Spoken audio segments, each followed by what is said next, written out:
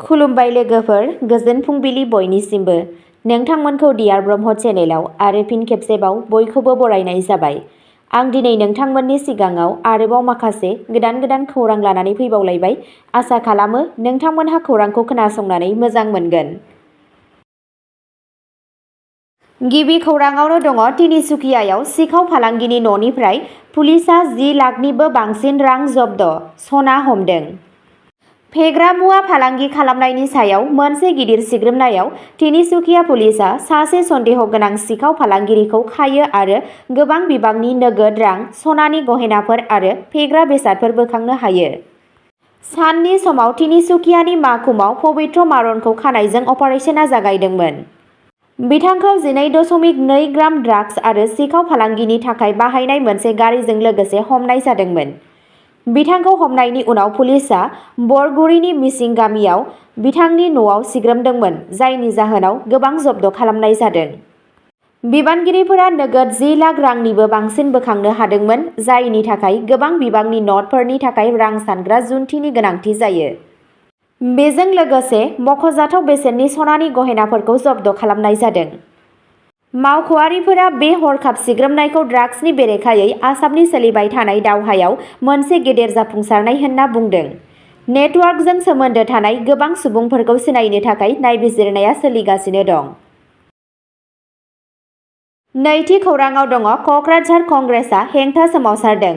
धुबुरीनि एमपिखौ गाग्लोबनायाव थाबैनो राहा लानो दाबि दैखांदों। क'क्राझार जिल्ला कंग्रेस कमिटिनि सोद्रोमाफोरा धुबुरी एमपि रकिबुल हुसेनखौ गाग्लोबग्रा सुबुंफोरखौ थाबैनो हमनांगौ होनना दाबि खालामनानै सुक्रुबार 21 फेब्रुआरि खालि जिल्ला कंग्रेस मावख'नि बायजोआव मोनसे गिदिर सोमावसारनाय दिन्थिफुङो। सोमावसारगिरिफोरा गोख्रै राहा लानो खावलायदोंमोन।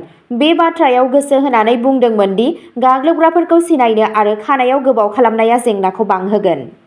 आसामनि रायजो बेंगिरि लक्ष्मण प्रसाद आचार्यनो दैथायहरनाय गांसे गोसोखां बिलाइयाव पार्टीआ बिबानगिरिफोरखौ न्याय होनो खावलायदोंमोन। जुदि बिथांमोननि दाबिखौ सुफुंनाय जायाब्ला गोख्रों सोमावसारनायनि सांग्रांथि होनानै कंग्रेस दैदेनगिरिफोरा गोसो होनानै बुंदोंमोन दि सायख'जानाय थान्दैफोरनि सायाव बेबादि गाग्लोबनाया मोनसे गिख्रंथाव बिदिन्थि गायसनदोंमोन आरो साजा होआजासे थानो नाङा। थामथि खौराङाव दङ बिटिआरनि इयुनखौ गोख्रों खालामनाय। सिएम प्रमद बर'आ गाहाय बिथांखिफोरनि थाखाय अन्थाइ खाम्फा गायदों। मानगोनां गाहाय मावफुं सोद्रोमा सिएम श्री प्रमद बर'आ अनसुंबियाव मुंख्लं सुजित नार्जारि गोसोखां अडिट'रियाम हलनि अन्थाइ खाम्फा गायसनो। बे मावथांखिया हारिमुआरि हाबाफारिफोरनि मोनसे मिरु जागोन, जाय सुबुं समाजनि बाहागो लानाय आरो आरिमुआरि फोरमायथिखौ थुलुंगा होगोन। बेयो बड'लेण्ड टेरिटरियेल रिजन बिटिआरनि समाजारि हारिमुआरि सि-जोमखौ गोख्रों खालामनायाव गोनांथार बिफाव लागोन। गुबुन मोनसे हाबाफारियाव सिएम श्री प्रमद बर'आबो 1 नं सिजौगुरि गामियाव मोनसे कमिउनिटि हलनि अन्थाइ खाम्फा गायसनो। बे हाबाफारिनि थांखिया ओनसोलाव गोजोन आरो गोरोबलायनायखौ बांहोनाय, हारिफोरखौ ज' खालामनाय। सोलोंथाइखौ जौगाहोनो गावनि नाजानायखौ सोलिहोबाय थानानै सिएमआ दिमालु गोजौ फरायसालियाव गोदान थाखो खथाफोर लुनो थाखाय अन्थाइ खाम्फाबो गायसनदोंमोन। खेबसे आबुं जानायनि उनाव बे गोदान मुगानि सुबिदाफोरा मोनसे साबसिन सोलोंथाइनि आबहावा होगोन, जायजों फरायसाफोरखौ मोनसे गोजों इयुननि थाखाय साबसिन सोलोंथायारि खाबुफोर मोननायाव मदद मोनगोन। ब्रैथि खौराङाव दङ एक्साइज बिफानआ आमगुरियाव आयेन बेरेखा डिस्टिलारिफोराव सिग्रोमदों। आबखारि बिफानआ गुवाहाटी जर'खा दालाइनि जर'खा फोरमायथिनि सायाव खामानि मावनानै आमगुरियाव आयेन बेरेखा जौ डिस्टिलारिफोरनि बेरेखायै मोनसे गेदेर अपारेशन खालामदोंमोन। नाजिरा आरो शिबसागर आबखारि बिफानफोरा गेलाखिनि मदिनगर, हाबिगाव, रामटुक गाव आरो कनवार गावआव नायग्रोमनायखौ दैदेनदोंमोन। अपारेशननि समाव मावख'आरिफोरा 8,200 लिटार आयेन बेरेखा जौ, 11 डिस्टिलेशन इउनिटफोर जब्द खालामो आरो 35 लिटार खहा गोनां जौ लोंग्राफोरखौ फोजोबस्रांदोंमोन। सोमोनांथावना कनवार गावआव मोनद' नखरफोरा आयेन बेरेखा जौखौ सि-जोमनि बेगफोराव हा सिङाव दोनखोमादोंमोन। बिबानगिरिफोरा सिग्रोमनाय समाव खाजानायबो खालामदोंमोन। जायगानि सुबुंफोरा गिदों दि आयेन बेरेखा जौ दिहुननाया बांगासिनो दं, गुबैयै आबखारि बिफाननि मावख'खौ आमगुरिनिफ्राय जायगा सोलायनायनि उनाव। बरबाम, बरसिला आरो हालुवाथिंनि थागिरिफोरा बिबानगिरिफोरखौ बे बांलांनाय जेंनाखौ होबथानो थाखाय गोख्रोंसिन राहा लानो खावलायगासिनो दं। बाथि खौराङाव दङ धेमाजियाव लामा जाब्रबथायाव आनजाद होनो थांनाय सा-8 फरायसाफोरा जोखोम। सिलाफोथार पुलिस थानानि सिङाव थानाय माजरबारिनि खाथियाव मोनसे दुखुनांथाव जाब्रबथाय जादोंमोन जेराव मेट्रिक आनजादसिम अट'रिक्साजों थांनाय सा-10 फरायसाफोरा मोनसे जाब्रबथायाव गोग्लैयो। सा-8 फरायसाफोरा जोखोम जायो, सा-4आ गोब्राबै जोखोम जायो आरो फाहामथायनि थाखाय डिब्रुगड़आव दैथायहरनाय जायो। जाब्रबथायनि उनावबो सा-6 फरायसाफोरा गावसोरनि आनजादआव जिरायनो हादोंमोन।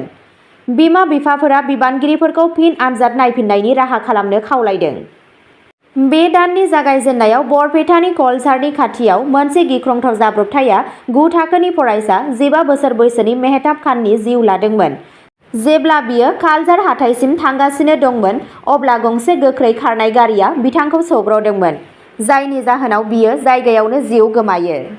बेफोर जाथायफोरा लामा रैखाथिनि सायाव जिंगा सिखांदों, जायनि थाखाय गोख्रोंसिन ट्रेफिक राहा लानो खावलायनाय जादों। द'थि खौराङाव दङ पर्बतझरायाव हाग्रा बिफाननि सिग्रोमनाय, दंफांनि खुन्थियाजों लोगोसे नाव जब्द'। हाग्रा बिफानआ शुक्रबाराव पर्बतझरायाव माराथन हाबाफारि लादोंमोन।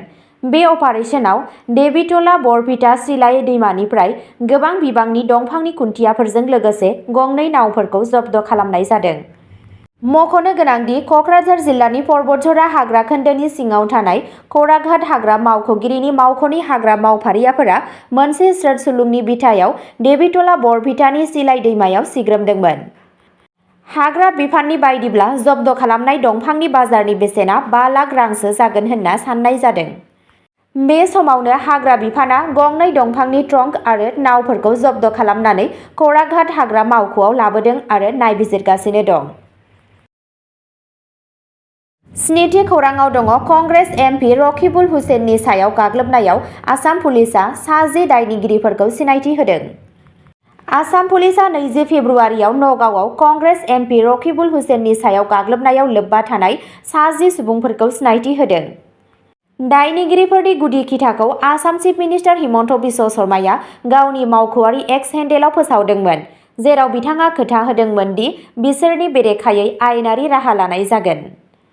पुलिसआ कंग्रेस एमपि श्री रकिबुल हुसेननि सायाव गाग्लोबनायनि अजद होनाय जाथायाव लोब्बा थानाय सुबुंफोरखौ सिनायथि होदों। सीएमआ आयेन आरो आब्रुथिखौ लाखिनायाव सोरखारनि थिरांथाखौ गोख्रों खालामनानै बुंदोंमोन।